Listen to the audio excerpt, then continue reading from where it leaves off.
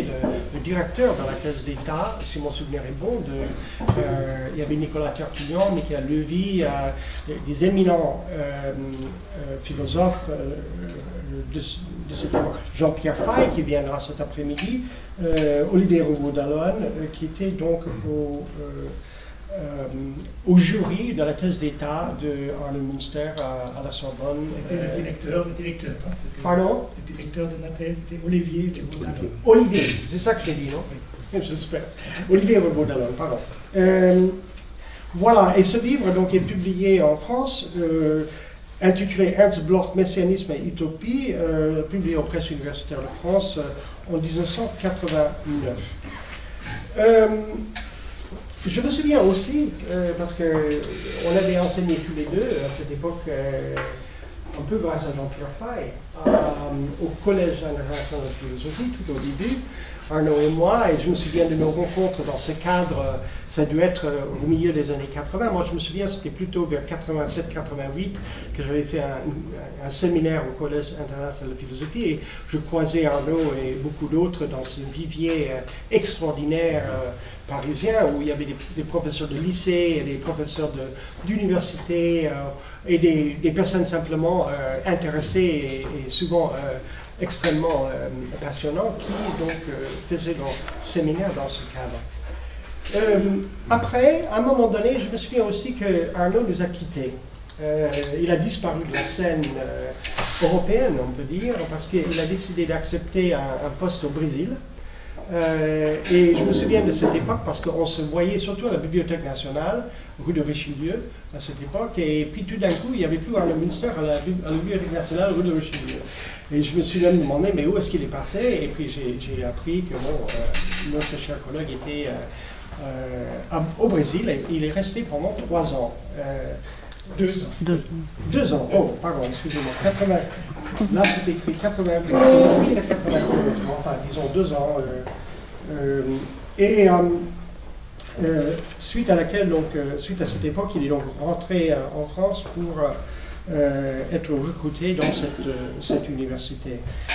Je ne parlerai pas en grand détail, c'est-à-dire qu'il a organisé, co-organisé, piloté un grand nombre de colloques, de réunions scientifiques un peu partout en Europe et dans le monde. Et, enfin, c'est extrêmement impressionnant quand on regarde les publications et les colloques et les manifestations scientifiques. Je vais quand même mentionner quelques livres de notre collègue Arnaud, pour dire qu'à part donc, ce livre sur Ernst Bloch qui est mondialement connu et traduit dans quasiment toutes les langues européennes sur Ernst Bloch, et qui est peut-être l'ouvrage sur Ernst Bloch un des plus importants, peut-être le plus important que j'ai lu. Il a aussi travaillé sur beaucoup d'autres, disons, champs et d'autres objets et auteurs. Je me souviens d'ailleurs du colloque sur le grand philosophe Franz Rosenzweig que Arnaud a organisé sur Emmanuel Levinas, qui est aussi un de ses grands objets de travail. Je me souviens aussi de colloques sur Walter Benjamin et aussi de beaucoup d'articles et même un livre sur le thème de Walter Benjamin, sa théorie de l'histoire, sa théorie du messianisme, qui est tout à fait au cœur du souci scientifique et de l'œuvre de Arno Münster.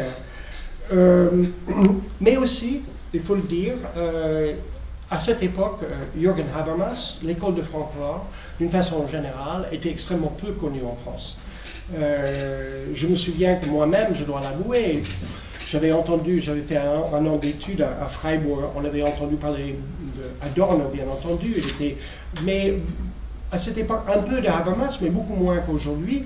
Et je me souviens que c'était surtout en France que j'ai découvert la pensée de Habermas, c'était surtout en France que j'ai découvert la richesse de l'école de Francfort, y compris, vous parlez aussi d'un parallèle, Walter Benjamin. Et c'est grâce, je dirais, aux travaux d'Arno Münster qu'on a pu découvrir des auteurs extrêmement importants de cette époque.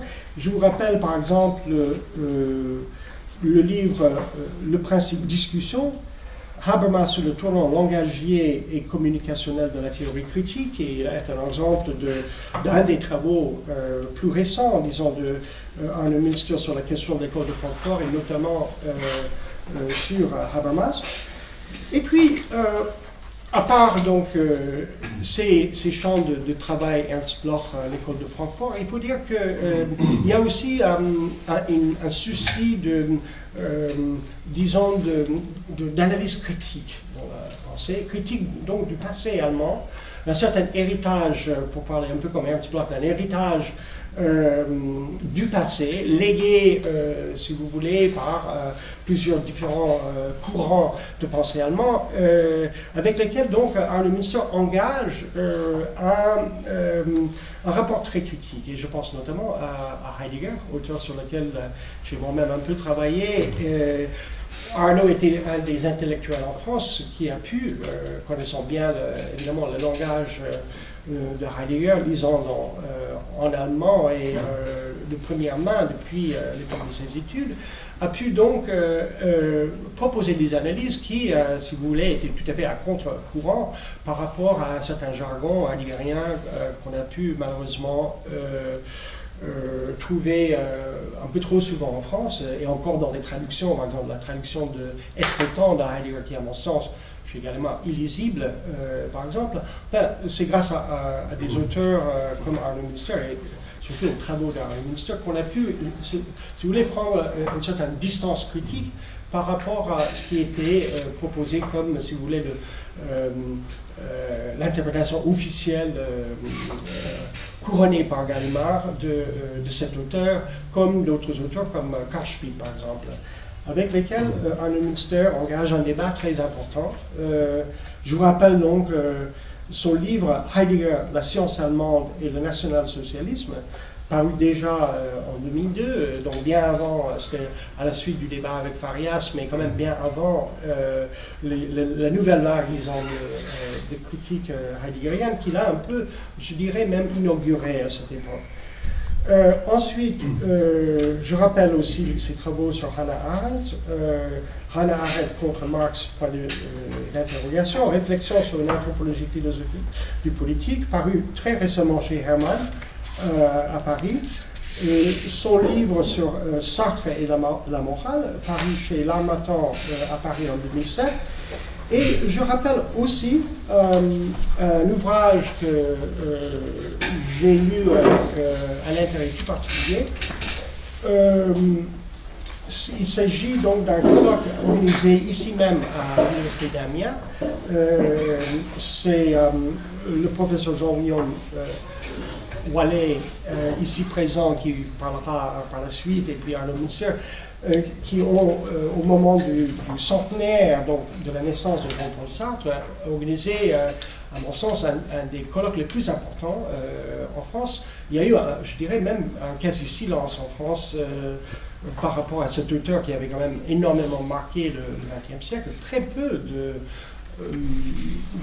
commentaires ou même de commémorations ou même de critiques, de débats. Et c'était ici à Amiens, en fait, que, à mon sens, il y a eu un des livres, un des colloques les plus intéressants sur cet auteur. Je vous rappelle que le livre dirigé par Arno Münster et Jean-William Wallet s'intitule Sartre, le philosophe, l'intellectuel et la politique, acte du colloque d'Amiens, paru chez L'Harmattan à Paris en 2006. C'est un livre tout à fait important qu'il faut donc noter. Je ne vais pas aller plus loin parce que nous avons ici les spécialistes les plus importants, non seulement qui connaissent à fond la pensée de Arnold Münster, mais qui ont travaillé sur ses propres objets, c'est-à-dire les objets que